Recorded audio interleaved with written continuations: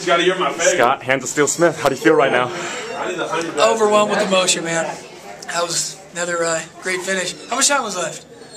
Not much. I knew I had to go quick, so it probably about a minute and a half in. So, were you worried after the first few knockdowns?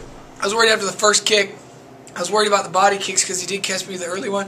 I went to block him, went right over the top of my hands, and my jaw did rock me.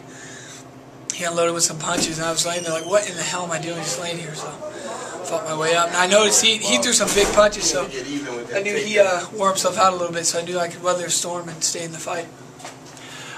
Did you see any patterns in the striking that led to your Yeah, he throws a lot of hard kicks. And I don't do My corner had it right, though. Quick, keeping your distance, you got to cut him off.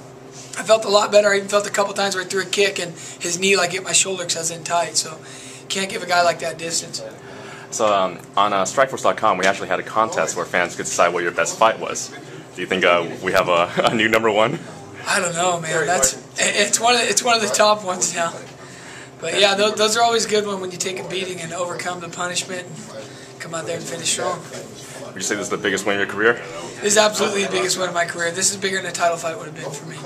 Cung Lee's a legend in the sport, and to beat him in his own game, you know, the stand-up game, that's awesome. My coaches had a great game plan for me, and I didn't stick to it the whole time, but come down to the dirty, I stuck it out.